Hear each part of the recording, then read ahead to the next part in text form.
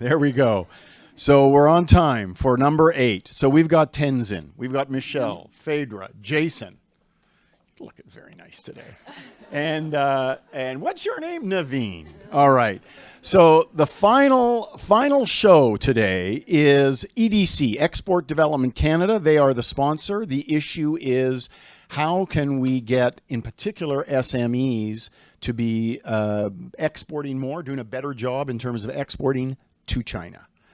So we're away from environmental issues. We're away from climate change. We're into trade issues. So team number 8, take it away. Thanks, Chris. You're going to find that the two actually aren't so far apart, okay. but we'll get into that. Hey, everybody. Thank you so much for being here. I know we're the ones who are standing in the way of you and your summer holiday, so appreciate you turning up. As Chris presented, we're going to be talking about the Canadian Agri-Food advantage, specifically how to equip Canadian SMEs for success in China. As Chris also introduced, I'm here with my teammates, Michelle, Tenzin, Jason, and Naveen. My name is Phaedra. And just to give a brief overview of what the past 9 months have been like, we conducted over 40 interviews. We referenced over 100 authorities and sources. And each of us spent over 300 hours working on this project. So this is the journey that we wish to take you on today. I'm going to first give you a brief explanation of our problem statement. I'm going to define what constitutes a small and medium-sized enterprise, or an SME. I'm going to give you a bit of a sense of Export Development Canada's mandate. I'm going to then hand it off, and we're going to talk about why we chose the agri-food sector, some factors informing the Sino-Canadian trade relationship, some key challenges that face small and medium-sized enterprises. We're then going to get into our proposed solutions, and we're going to conclude with our implementation plan. So this here is our problem statement. So how to enhance opportunities for Canadian agri-food SME exporters to succeed in China while mitigating factors that inhibit their participation in this market. So that's a mouthful. What does that mean? In other words, essentially, how can EDC better support small and medium enterprises from Canada to access opportunities in China? There were 5 pieces of the puzzle that we looked at when crafting our problem statement. First was how to enhance opportunities, specifically address knowledge about the China market for small and medium-sized enterprises. We then honed in on the agri-food sector because there are challenges that are unique to the agri-food sector in particular. We then wanted to focus specifically on small and medium-sized enterprises because of the impact of size on accessing these opportunities. We also wanted to address the inhibiting factors, specifically the market gaps that confront small and medium-sized enterprises. But so as not to just leave you with a bunch of problems, we're also going to, in our recommended strategies, talk about some ways to mitigate for these. What is a small and medium-sized enterprise, or an SME? So in the Canadian context, SMEs are defined by the size of their labor force. So small enterprises constitute less than 100 employees, while medium enterprises make up less than 499 employees. There are 3 unique challenges we found facing SMEs. The majority of our recommendations focus on the first 2, but we also touch on the third one. So the first 2 are access to information and access to credit and risk management. And the third one, kind of more practically speaking perhaps, is access to on-the-ground assistance. Next, to talk a little bit about Export Development Canada's mandate to give you a bit of an idea of what they do. EDC is Canada's export credit agency, and specifically in terms of how their mandate relates to SMEs, that kind of falls into 3 buckets. So first, they provide support in the form of investment, knowledge, and financial solutions. They facilitate global connections, so through partnerships with domestic and international companies. And they do these things by making use of digital technology and specifically through customer and segment-specific tech solutions. Now with that, I'm going to hand it over to Jason, who's going to talk about why we chose Agri-Food.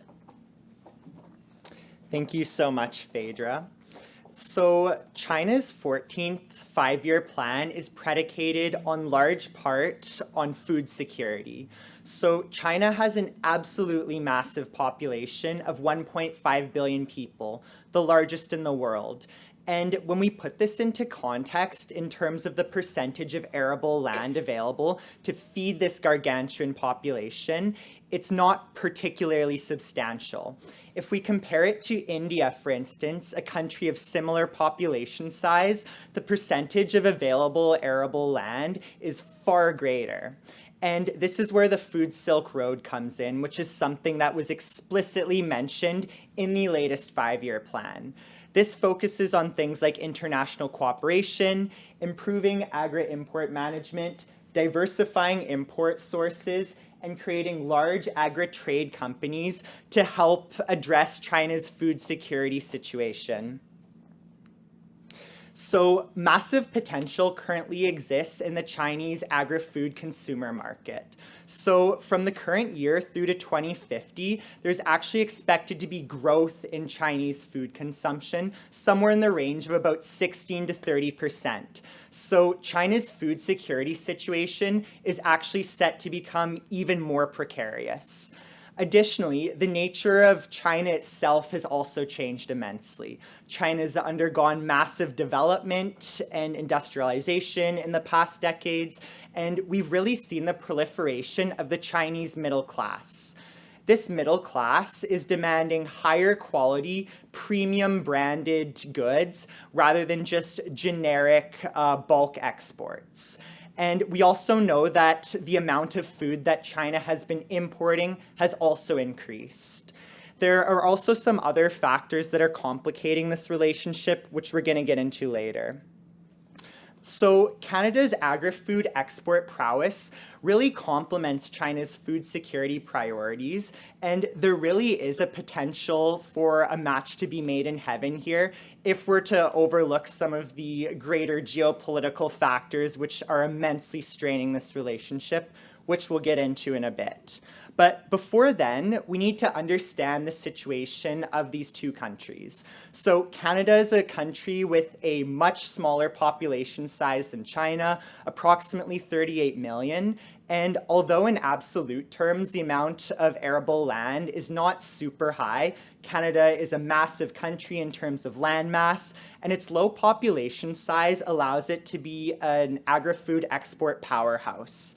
Already, Canada is the third largest source of food imports for China, and this relationship has traditionally been a strong one in terms of agri-food exports, despite the tensions that are going on.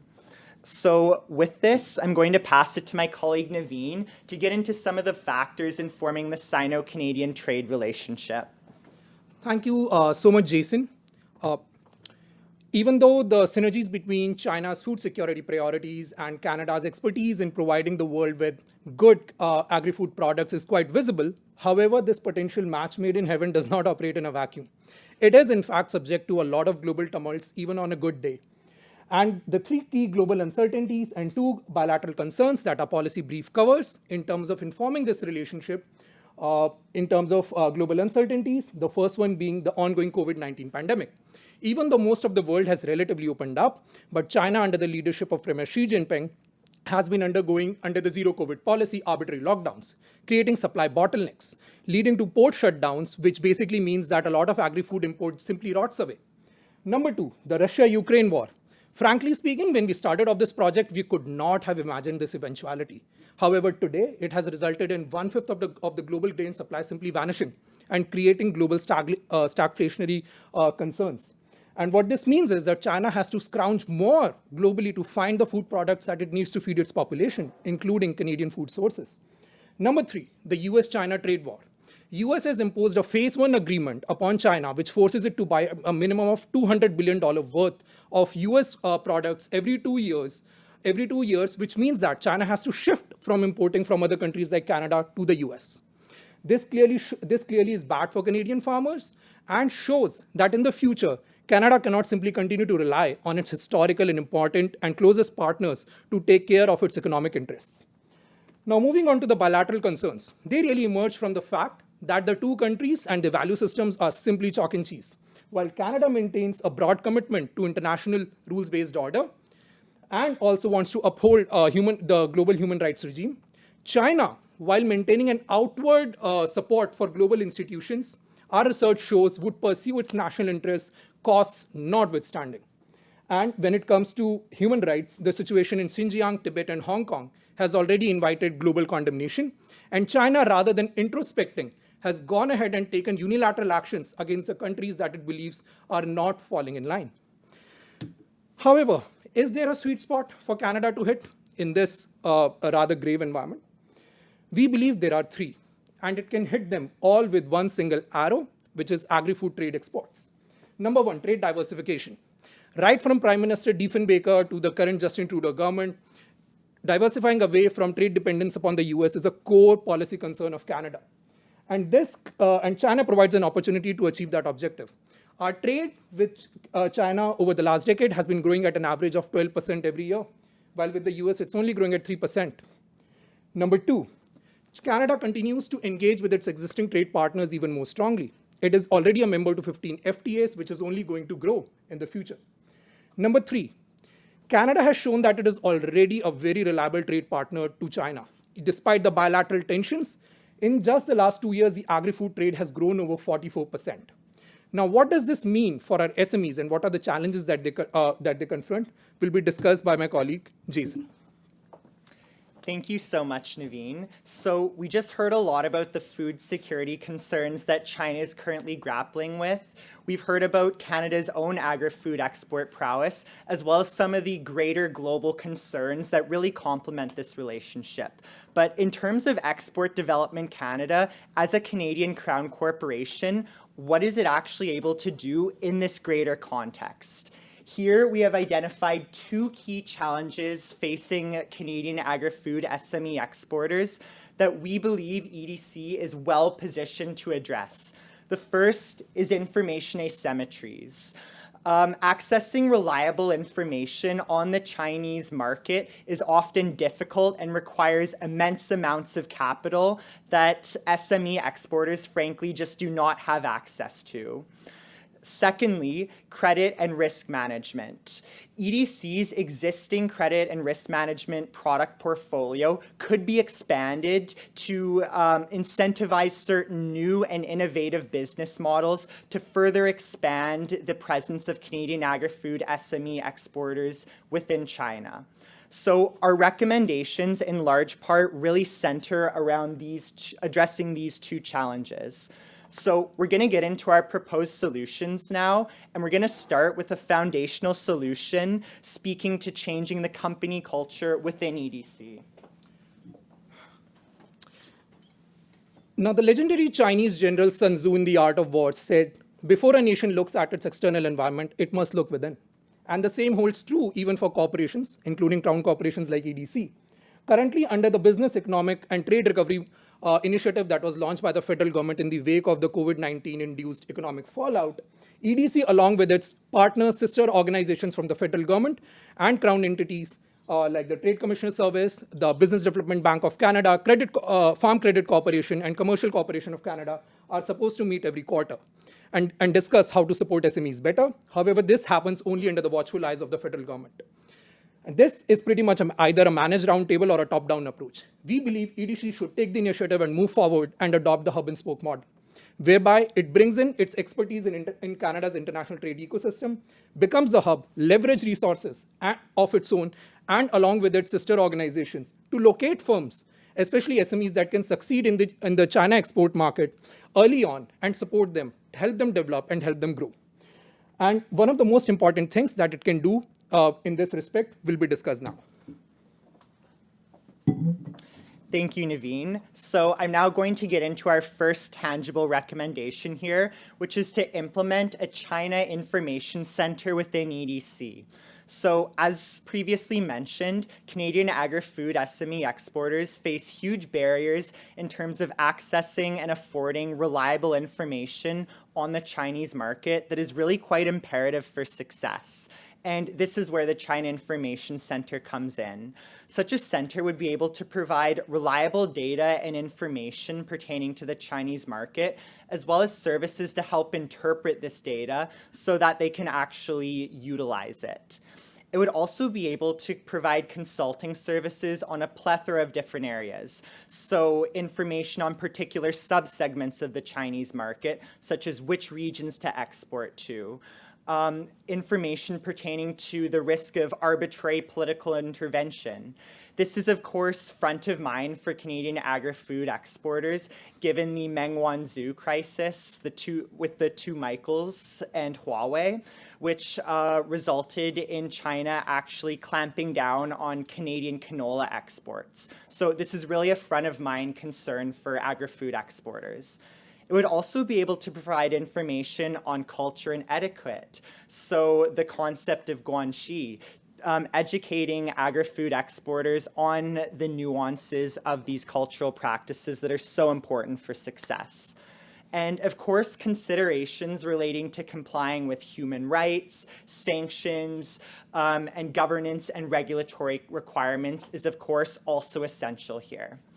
Now, the CIC will be, of course, limited in its capacity of what it can actually offer. So for queries outside of its scope, the CIC will be able to refer SME exporters to the relevant entities so that they can have their needs addressed.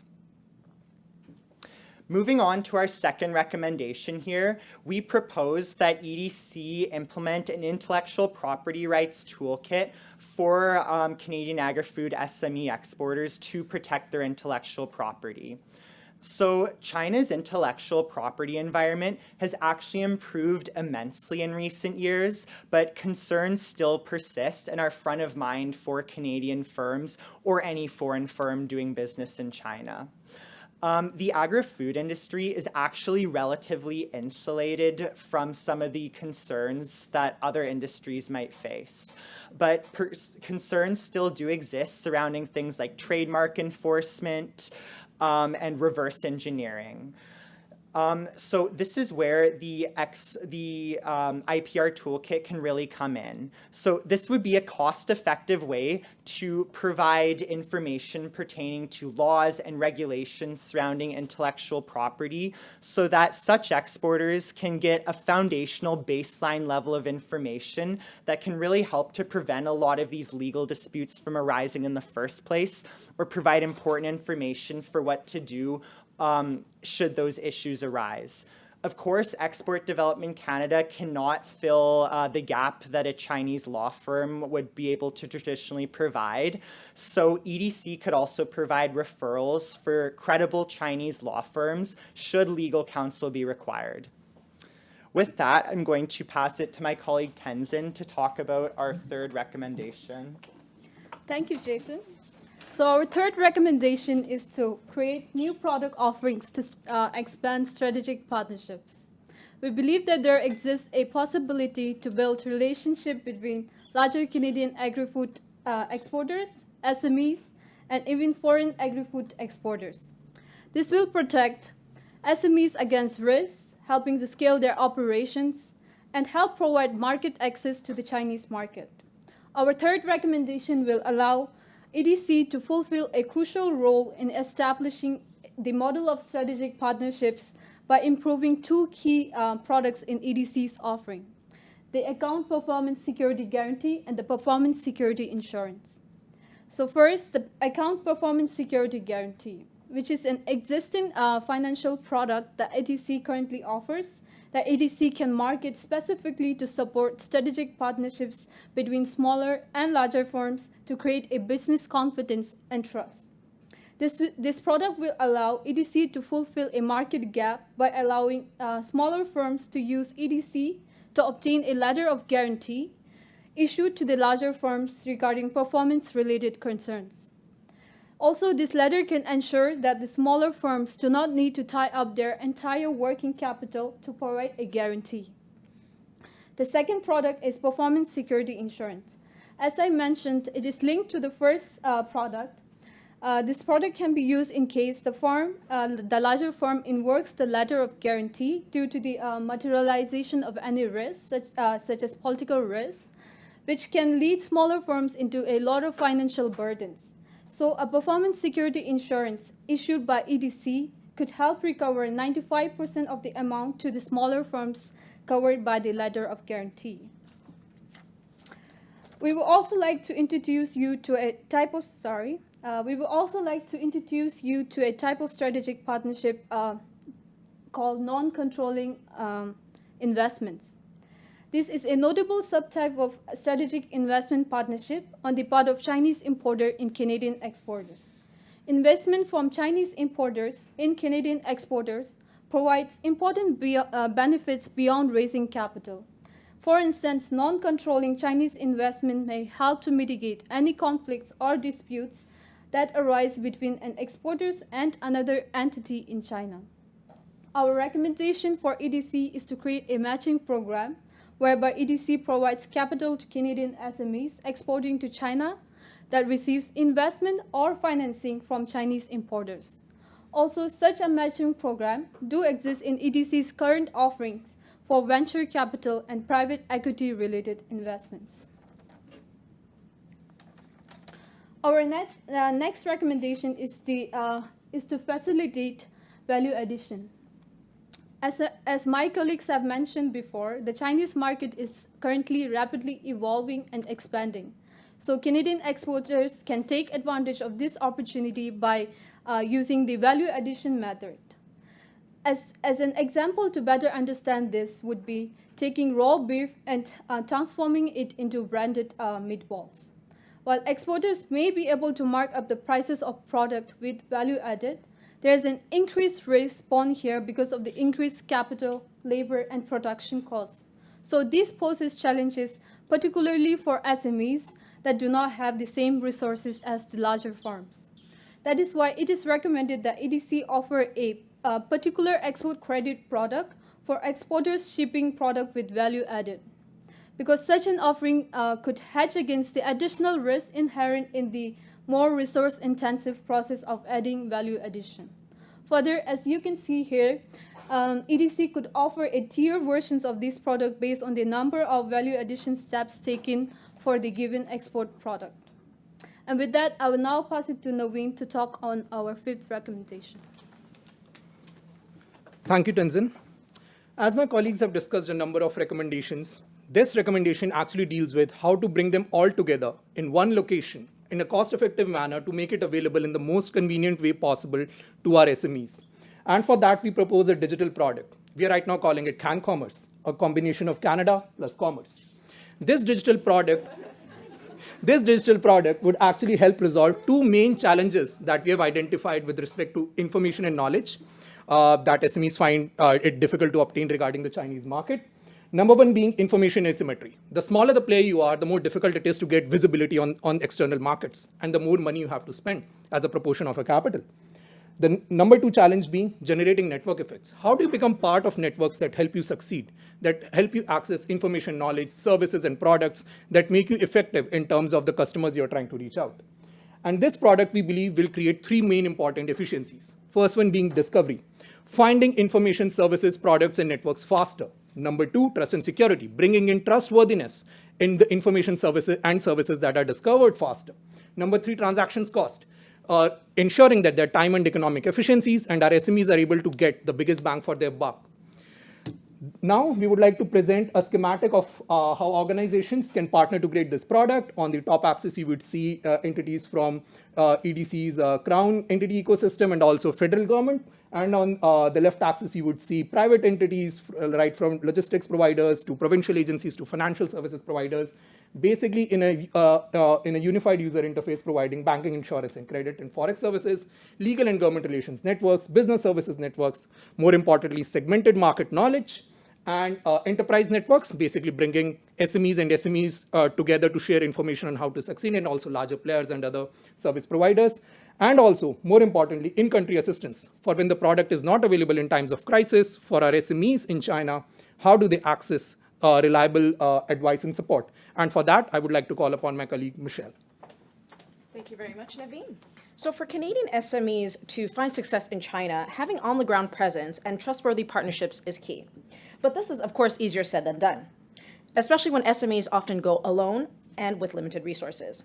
In this regards, increasing presence on the part of EDC and Trade Commission services in China will help Canadian SMEs to establish a foothold in China and access reliable Canadian resources. This is particularly important given the existence of a great firewall in China, as communications is limited. Canada, to give context, Canada currently only has 14 Trade Commission services in China, including the embassy and 2 EDC offices, which are concentrated in Shanghai and in Beijing.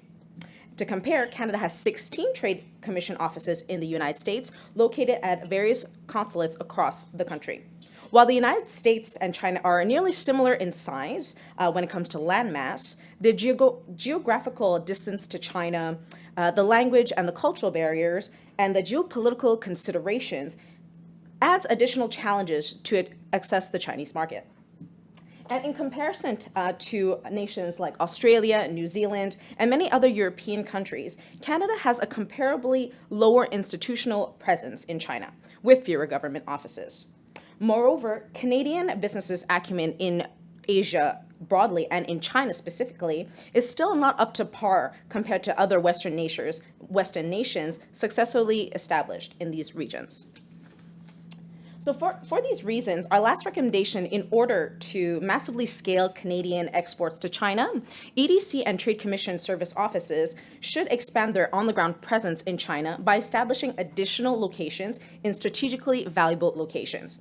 Given the imperative of having on-the-ground support in China to realize the success of SMEs exporters, these offices do prove to be an invaluable resource. So this brings us to our last stage of our journey, which is our plan and action and implementation. So I would like to take our last recommendation, which is the expansion of EDC and Trade Commission Services Office, as a tangible example. As such, we recommend a hypothetical 12-month timeline with the proposed activities at each quarter. So the first quarter, we believe that we should build consensus and obtain management buy-in. So this includes obtaining internal management buy-in, sign-off, and also buy-in from external partners, which include consultation with Agri-Food stakeholders. During the second quarter, budgeting required financial and human capital resources. This includes validating and planning the adequate number of FTEs and the budget required for each office opening. For our third quarter, compliance and checklisting is to ensure that our new offices comply with our internal policy and guidelines. And during our last quarter is the preparation of initial launch and beta testing, and of course for feedback. So now this was only the implementation for EDC and Trade Commission Service Offices expansion, and we're cognizant that many of our other recommendations are about enhancing products that already exist within EDC. Therefore, the implementation plan could be shorter depending on the internal and external capacities. And of course, on the contrary to the decision to expand EDC and Trade Commission services in China, it could take additional time due to associated cost and diplomatic negotiations that are required. To conclude, our recommendations can also be divided into 2 major categories based on the type of product they seek to newly create and to modify the existing. So our first category consists of implementation of information and knowledge. Recall the CanCommerce, the China Information Center, and the IPR Toolkit as they seek to address questions of information asymmetry and reduce information deficits.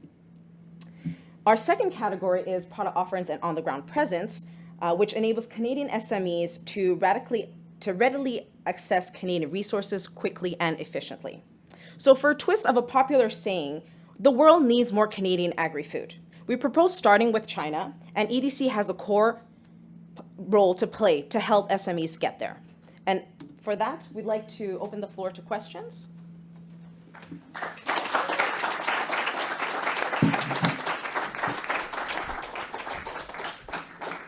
Okay, great job. All right, let's start at the judges' table. Thank you so much. As you know, this is another subject that's near and dear to my heart, and I've just spent the last year trying to bring African food to North America, so I've been looking at trade very closely.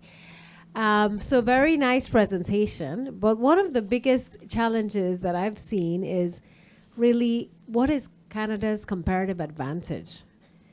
When you talk about agri-food, it's very broad. So what value chains were you prioritizing, and how does Canada fare with other nations that are trying to enter China? Because just like Canada has an entry point, so do other countries. That's my first question. The second one is when you think about SME associations, like the US is so strategic. You know, the Soybean Association of America goes and fights for American produce all over the world, and it's very strategic. So there's a place for trade associations, there's a place for industry associations, there's a place for business councils. How are you seeing that being integrated? And some are already working independently to get into some of these markets. So what's the relationship between your work and their work, and were you able to engage with any of them to really understand how to ensure that this is a seamless entry point? And then as you think about the food crisis, third question, every country is starting to close their borders, they're becoming very insular, and there's increased pressure from a trade regulatory perspective. So how does that feed into some of your regulations, and what would you prioritize differently given the emergence of this food crisis, which is not going to be short term? People are projecting 2 to 3 years in terms of lag times. Thank you. Okay, 3 questions. I can handle the first question here. So Canada is actually really uniquely positioned in terms of some of its natural resources to export food to China or any other country really that is quite unique in nature. Just to give you an example, the lobsters that exist on the east coast of China, there's certain, or Canada, thank you. Yes, the lobsters that are cultivated on the east coast of Canada, there's certain factors about the environment that makes those lobsters really unique. And this is something that cannot really be emulated elsewhere because of those unique environmental considerations. And so because of that, these products have actually seen a lot of success in China. And it's not really something that can be emulated elsewhere in terms of that same particular quality or that same particular taste. So that's just one example, but there are instances of products that can be cultivated in Canada that have those unique environmental considerations that factor in. And secondly, Canada also has a really unique, a really robust, strong regulatory environment. And with this, a lot of countries, including China and the consumers that exist there, can rely on Canada's food to be of high quality and generally safe. And particularly amongst certain subsegments of China, such as the middle class, we've seen that Canada's branded food products have really had a lot of success there because of the reputation of these products and the regulatory environments that really enhance them. And of course, there are those like broader political considerations going on as well. We've seen that like China is willing to take action against Canada's canola industry, for instance. But overall, Canadian food brands do have a good reputation in China. And so it's really a feather in the cap of Canada's agri-food exporters in that regard. Okay, so question number 2 about trade associations. Yeah, I'll take that question. It's not just US that lobbies for its food. Canada does too. And it has traditionally done that far more effectively in its, its more traditional trade partners like in Asia, it would be Japan and Korea, and especially the United States and Europe far more effectively. And that's why we recommended that the on-ground presence needs to be increased. It's not just for supporting Canadian SMEs over there, but also to advocate on their behalf in China. And the needs exist. Chinese needs exist, and also Canadian supply exists. And the example that my colleague Jason gave of canola, despite the fact that over 3 years, China attempted to ban Canadian canola imports, what our stakeholders in their interviews in interviews with them told us was that still the supply kept on reaching China, but China was also looking for alternate supply. However, However, notwithstanding that, today when inflationary concerns are really hitting home for the Chinese Communist Party, where incomes are stagnating and the inflation is rising, and consumption also continues to go up, can China immediately overnight remove those bans over canola imports from Canada? And those phytosanitary standards that were imposed in order to prevent those imports have simply vanished. So the need exists, the supply exists. However, Canada can and should do a better job to advocate on behalf of its agri-food exporters in China. There's no reason to believe that it cannot. And with that, we believe that our SME agri-food exports can really take on the Chinese market. We are already the third largest source, as we said, and continue to grow from there. Thank you. Third question. Yeah, good. If you may ask. If you may. Yeah, the fruit. Yeah. Canadian government is thinking about Canada first before exports, and other countries are as well. So how does that change some of your prioritization of your recommendations? So food crisis, as we discussed, like Canada's own arable land availability is also small. Like the data that StatCan provides us, it's around 13%, which is not far higher than China's, and definitely nowhere near India's availability, like over 50%. However, because of the low population density and overall less population, there exists a clear business model to export a lot of our surplus food exports, and this food crisis actually has been helping our agri-food exporters in getting better prices for their produce. And even though Canada, just like any other country, would prioritize its domestic interests, our global supply chains from which we also acquire food products are rather far more robust, have existed for a longer time, and are also subject to free trade agreements such as the such as the CUS, the CUSMA, right, which ensure that the trade continues to flow freely and we are able to access what we need. Therefore, Canadian exports on impact upon them would be relatively lesser than other countries. To give an example, even India, which had to go ahead and simply ban grain exports because the domestic food prices were rising so rapidly, in double digits. So the business case for Canadian agri-food exports, even during the global food crisis, exists, and I believe the market will continue to make use of the opportunities. Thank you. Leslie. Okay, so my questions are going to focus more on the implementation or any potential challenges in implementing these, because that's the route to impact, right? So the first question I have is about recommendation 0. I believe in your presentation you described it as changing organizational culture, if I'm not mistaken. And that is typically thought of as a very heavy lift. So you talk about it's a top-down kind of approach right now, and you're moving to, I think you called it a hub and spoke model in the report. How big of a lift do you see this being? How long would you imagine this would take? How well set up are they for this? So currently, as per our research and the conversations that we had throughout, while preparing this project with stakeholders that had worked for, as customers with EDC, and also, as senior management employees of EDC, they informed us that there definitely exists a lot of room for EDC to coordinate better with other agencies. There definitely is room. Some of the initiative has been taken. Federal government has really brought together this tried to end the siloed approach of crown entities, especially to continue to be the vanguards of the sectors that they have been established, and rather bring together and make them customer centric. And that's exactly what we want these organizations to become. So the initiative that federal government has already taken is the Team Canada approach, from which flows under the Business, Economic and Trade Recovery Initiative. This flows into this approach called no wrong doors approach. So basically what it means is a customer can who wants to access export credit doesn't necessarily need to call EDC or go to EDC's office, can go to BDC's office, Business Development Bank of Canada, and ask them to provide it or put them in touch with EDC, right? And BDC is bound by this mandate to do that. However, even all of this is really coming from a really enforced approach. What we want is EDC to realize that the expertise that it carries in international trade and probably no other institution within Canada has, apart from Trade Commissioner Service, which is more of a federal entity and has far more requirements in terms of maintaining arm's length compared to a business organization, a business crown corporation like EDC. And therefore, it should make use of this opportunity.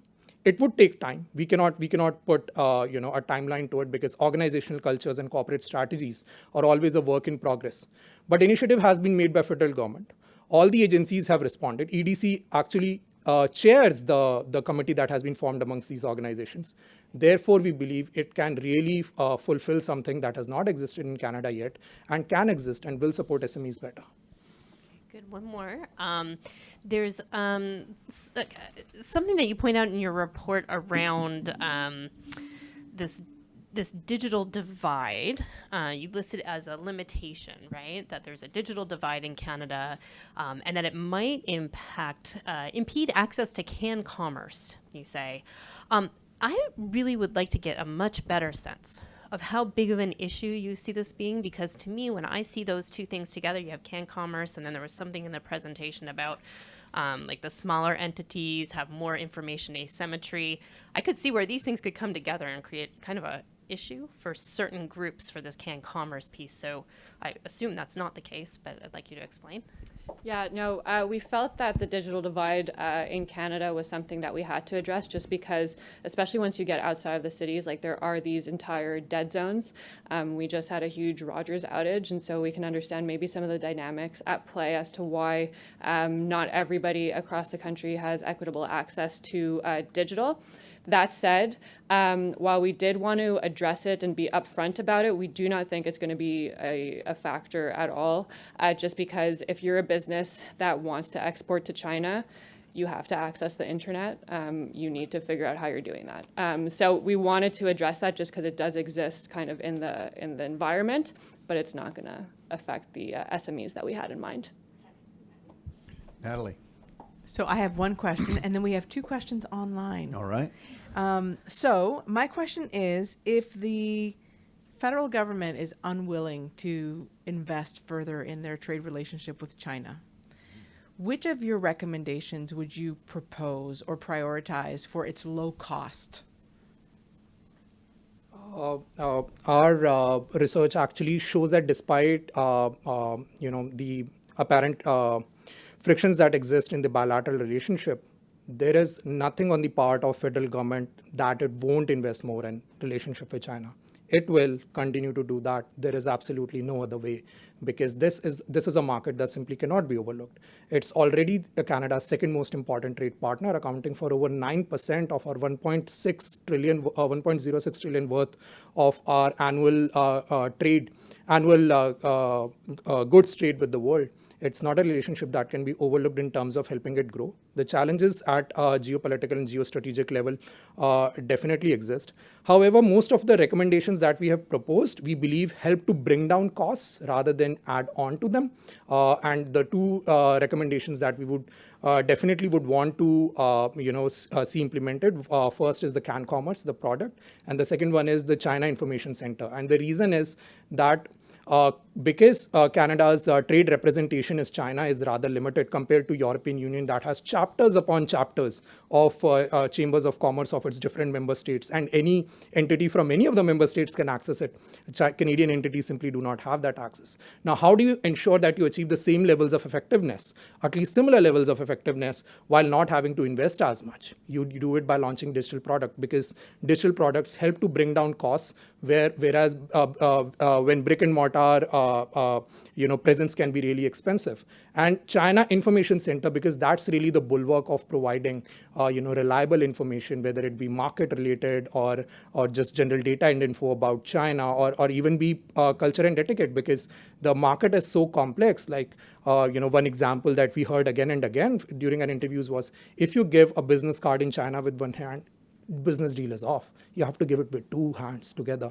Now, if it's that specific, if Guangxi, the way of doing business in China is that specific, we would want that information to be available in a trustworthy manner, in most effectively and most cost effectively to our SMEs, so that they don't have to spend a lot of time, money, and effort accessing it. And therefore, we would like to see these two recommendations implemented. Thank you. Okay, back to 2 questions online. We do. One from Umar, who brought us some amazing Indian sweets. I think I finished one of the boxes of sweets all by myself. So thank you so much. The best sweets in Montreal were aplenty in our cafeteria this By morning. the way, congratulations, Umar. I just learned today that you had become a father again. Thank you. Thank you. Yeah, I wish I was there for this last day, but I had a couple of commitments and something at home, so I unfortunately couldn't make. But what a brilliant presentation! I just have a quick question, so I can just leave to other people. In some slide, I think there was a figure like in last 2 years the export was about 44% versus the tensions we had with Hawaii and people coming back from China after a few years. So two different things are going on like in last couple of years. Like on one side, one business is going up, the other things like a huge tension in with Hawaii and all that. So how is that possible? Like how both things could go together like in different directions? So just wondering. Thank you so much for your question, Umar. So that was actually a large trend that we observed throughout the duration of this project. So the business relationship between Canada and China, for the most part, has continued to flourish and has traditionally flourished. This is particularly something that we've seen in the agri-food export industry, which is really one of the big reasons why we focused in on this sector. So we simultaneously see this like parallel thing going on between the government of Canada and the Chinese government. There's a lot of these political frictions going on. And of course, this is even more complicated than the bilateral relations. Really, the allies of Canada are also facing a lot of issues with China right now. But despite a lot of these political tensions that we continue to see in the media and whatnot, the trade relationship really has continued to flourish. And this is something that the business stakeholders that we interviewed really continued to drive home for us. So even though we've seen that with the Huawei dispute, that China is willing to crack down on Canadian canola, overall, this industry, agri-food exports as a whole, still are largely succeeding in China, and this has been a trend that's going on for quite some time. Moreover, with some of the factors we mentioned within our presentation, so the Russia-Ukraine war, a lot of the supply chain issues that are going on now, even the issue of climate change, which is actually reducing the percentage of arable land available in China, China's food security situation is going to continue to worsen. So even though China has a lot of economic heft to throw around, this relationship has existed for a while. It's mutually beneficial for both countries, and food security concerns are only going to continue to worsen. So that's why we kind of see that despite these political factors going on, despite these issues with the Huawei dispute, trade still is flourishing. Okay, second question from Second online. question is coming from Andrew. So Andrew, I think we're going to unmic you and then you can ask your question. Thanks, Natalie. Is everyone able to hear me? Yes. Perfect. I also wanted to pick up on this same issue of political risk and more on the risk mitigation side. Certainly a very interesting presentation and comprehensive recommendations. And just talking more about the current geopolitical climate, I mean, you would think that generally agri-foods historically have been more buffeted from geopolitical pressures, and it was like the one thing that the U.S. exported to the Soviet Union throughout the Cold War, but we are seeing, very new kinds of trends around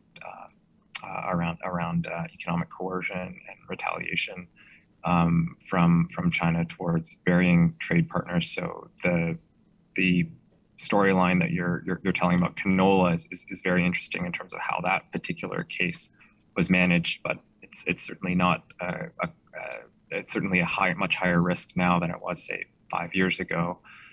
You mentioned one risk mitigation measure under your third recommendation around a performance security insurance. So I wanted to drill down a bit more into that in terms of whether the government under this would be effectively through this insurance policy would the government be subsidizing risk, subsidizing that insurance, or would it simply be facilitating it? Who would be providing that insurance policy? Are there other measures that you considered in terms of risk mitigation around, those political risks as well, the COVID risks that you, in terms of the supply risks that you mentioned, and market access risks, and then talking in the same way about not just the political risk as to retaliation in China, but also public sentiment in Canada, which is hardening against China, and companies need to take that into consideration. How do you factor that into your considerations? Thank you. Thank you so much, Andrew, for that really in-depth question. The way we see it, there are three aspects to a question. The first one being the broader political or rather the geopolitical risks that exist in Canada's relationship with China. And one of the key insights that we found was you get targeted by China. By that I mean Canada has a much higher risk of being targeted unilaterally by China when it's the lone voice criticizing China. When it's done multilaterally, it's far lesser. The risk is far lesser. So you have to be part of a group of countries that want to hold accountable China for different aspects, including human rights and other issues, and also with respect to the rules-based international order, the concerns that might exist. Now, coming to the second part of your question, which is regarding how will the business risk, which is subject to this political risk, the tumults within the relationship between the two countries and overall within the Asia-Pacific region, how they will be addressed with specific products. Definitely, the product that we mentioned, the performance security insurance, or even the account performance security guarantee, which is step one to this product, our recommendation is more geared towards using those products to clarify, build trust between larger firms and SMEs, so that larger Canadian firms like Richardson and Viterra that are extremely successful in bulk exports to China, if they want to onboard smaller players in their supply chains and increase their product portfolio, they are able to come to this conclusion: hey, would you be able to perform for when the time comes, the smaller SME? And that's the concern that it addresses. However, it does address the political risk that can materialize into business risk as well, because if Richardson and Viterra's exports to China were to be held at a port in China, and because of that, their SME suppliers are not able to meet their obligations, or due to some of the imports, like any product is not standalone, right? It also needs imports from other countries to make that happen. It could be farm implements, something which are not coming in from China. This helps address that if the smaller player is not able to meet obligation for whatever reason possible, that it helps to ensure that in case the letters of guarantee have to be invoked, the smaller player does not go into insolvency immediately, because a lot of them can. Their capital base is really, really small. We're talking about firms that have less than 100 employees, whereas their bigger counterparts may have a lot more. So we believe this product can really address. It's specifically meant to address business and operational risks, but business risk can materialize from political risk, and the product can play its role over there. Thank you. Okay, Natalie? We're done online? We're done online. Okay. Any questions from the room? Peng, you're first up. Could Tenzin just add something to Sorry. that? Also, there's one product that we recommended. It's called the non-controlling strategic partnership. It's a subtype of strategic partnership, which is actually a part of a partnership that would have Chinese importers investing in the Chinese Canadian exporters. This will help mitigate any conflict or dispute that might arise in such events. Yeah. Okay, thank you for your presentation. So, as Taiwanese citizens, I do have questions. So I think some of the question might have been addressed by, I think, our jury members. So I want to come back to that perception issues that given the current climate between the US and its allies in China, do you think it's still strategically helpful to frame the Chinese market as an opportunity? I know you talk about uncertainty in your presentation, but do you think that the broader geopolitical concerns is something that should be really conveyed to SMEs? And last month, the Canadian government just announced its Indo-Pacific strategy. Do you think is there any support measure that should be considered by the EDC after that? So that was my first set of questions. And the second is just, I think it's probably similar to one of the questions asked by Nadidi. Like, how can Canada distinguish itself from other major food exporters such as Australia and Brazil, especially if, China weaponized again the trade relations with you, you're cut off from it. You talk about, sounds like some of the products are indispensable to China. But in terms of the agri-food industry in general, and how irreplaceable Canadian products are in the Chinese market, to the extent that it can really, it can no longer put political consideration over the economic ones. And that's all. Thanks. Okay, I think we're going to need quick answers from those two not easy questions. I'll do the first part of the question that doesn't.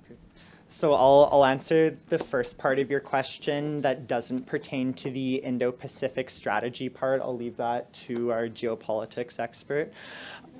So we have to remember that when we're talking about political risk here, the situation has actually really soured with Canada's traditional allies as well. So China is currently the second largest export destination for Canada, and the United States is currently number one, and it actually dwarfs that of China right now. It's currently at about 70% or a number in that range in terms of the amount of exports that Canada sends to the United States. So when we see things like the Phase 1 agreement, which required China to actually buy agri-food products from the United States, or issues such as that which unfolded with Kuzma, we can see that we really can't necessarily rely on our traditional allies. So this doesn't necessarily imply that we should over leverage our risk with China, but of course we do have a lot of room to grow in the Chinese market. And China, in terms of Asian markets, is a market that's willing to pay top dollar for Canadian agri-food exports. We also mentioned that Canada is the third largest export, or it's the third largest place that China imports agri-food from, but in absolute numbers, it's still a lot small. It's still quite minuscule, actually. So if Canada is to further increase the amount of agri-food it's exporting to China, there is, of course, some amount of risk that comes with that, but it also gives us more leverage over China to enforce things such as Canada's values on human rights, for instance. If China is a lot more reliant on Canada for its food exports, which is realistically going to be the case as the next couple decades unfold, then we have more leverage as a country that has a lot less economic and geopolitical might than China to further enforce and respect our values, not only in China, but on the global stage. So really expanding trade is a way to do that. To answer your second question, Peng, in regards to the competitive advantage of Canadian products, so we had recommendations for tiered products for value addition. So for example, we do have a lot of raw material available in Canada, but what we're also very good at is to transform these products, and because we have a very strong branding. For example, in Quebec, we have the MAPAC, le Ministère de l'Agriculture and Pêcherie du Québec, so where we have very high regulation in terms of dealing with meat, in terms of dealing with fisheries. And that's actually very well known, specifically in China. That's why, like Jason mentioned, the increase in middle class income are willing to pay top dollar for these products because we have that strong branding that's been built for the past, I would even say, a decade. Thank you. Okay. Anything else? Should we Oh, yep. address the second question? Okay. So you want A different answer or? Okay. Yeah, just to Complimentary speak to the handshake. Indo-Pacific strategy, I think it's largely recognized that Indo-Pacific effectively means China. It's a China strategy because I think Canada knows that it has to increase and improve its trade channels to China. Our Policy Lab challenge singled out China, and so looking at the Indo-Pacific was beyond the scope of what we were able to look at. But in improving those trade channels with China, we do appreciate that something like the Indo-Pacific strategy will help that because it'll get to China through Indo-Pacific countries. Just as an add-on, now my colleagues have pretty much covered the field over here. With respect to Indo-Pacific strategy, like it helps counterbalance China, right? We'll say the secondary pillar is counterbalancing China within Asia Pacific. Any country, because of China's massive economic heft today, its nominal GDP is close to $14 trillion, second only to United States. You can easily become dependent upon it for a very long time. If we can be dependent upon US, the lot of countries that are dependent upon China, and we can also become within the region dependent upon China. So Indo-Pacific strategy really helps us counterbalance it, preempt the creation of any dependencies. And just to add on, there are always going to be concerns on part of China, which are purely economic in nature. And even though it may adopt a hard geopolitical stance, or there might be unwillingness, overall general sentiment within Western nations not to, population sentiments not to continue to increase trade ties with China. However, the best way, and we have proposed this, to look at it would be that you don't need to follow in line geopolitically to maintain a good trade relationship with any country, a fruitful trade relationship rather. The comparative advantages over here are clear. We are never going to support. We don't propose that Canada should ever be silent upon China's activities internally and externally within the region. We don't propose that, but we do propose that it operates in a manner that its comparative advantages with respect to China realize their maximum potential and the maximum economic value they can generate for the Canadian economy. Okay. We are at the end. Not quite, actually, because I'm going to ask a question. With your indulgence. And I realize that I'm the last thing between you and a glass of wine. No, the answer is. The answer is. That's exactly right. But it's going to be on this theme, okay, that Peng started. So, and this is going to be, and I want to just admit this right from the outset, I'm about to ask you an unfair question, okay? Because it's really about the assignment you were given. So I want you to forget for a moment, this was an assignment, a challenge posed by EDC. So suppose you bring this report and this set of recommendations to the head of EDC, and in the room is also some people from the Prime Minister's office, and maybe the Prime Minister. And so your pitch is, let's invest in Canada's trade relationship with China. Let's have the China Information Center within the EDC. Let's expand the number of Trade Commissioner's office. Let's expand EDC's office. Let's attract foreign financial capital, non-controlling, from China. And let's do all of this. And I think if I were the head of EDC, or I were the Prime Minister's office advisor, or the Prime Minister, I might say, why China? Like, why not something else that's big and growing quickly? Maybe India. So you might say, well, China has 1.5 billion, India has 1.1. China's growing at 6 or 7%. India's growing at 5 or 6%. India's China's population next year. Okay, I don't know if is that true? Yeah. Okay, so we'll add that in. All right. Yeah. India is a democracy. India has a whole bunch of English being spoken. China is neither a democracy or has a huge amount of English being spoken as India does. Intellectual property rights, your issues that you talked about, are not, I think, as big an issue in India.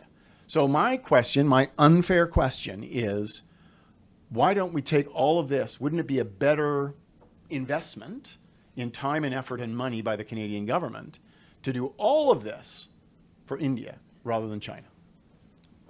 India is a democracy for now, but go on. And China's not one now. Yeah, so I think the thing with this is exporting to countries is not necessarily mutually exclusive. If we are able to export to India, if they're willing to pay money for our products, great, let's go ahead.